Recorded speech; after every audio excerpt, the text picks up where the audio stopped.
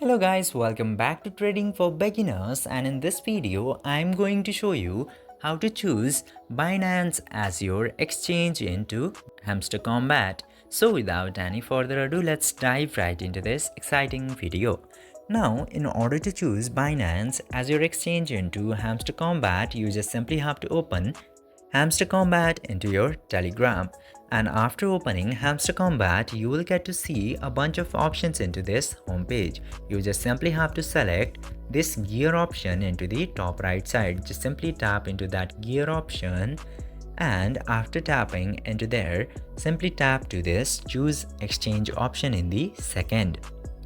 After tapping into choose exchange, you will get to see Binance into the very top. Simply tap to Binance and it will successfully be selected as Binance. Now you just simply have to tap into good luck, CEO, and after that your exchange will successfully be chosen as Binance. I hope this video was informative for you. If yes, don't forget to like, share and subscribe to the channel to never miss another update. Thank you for watching the video.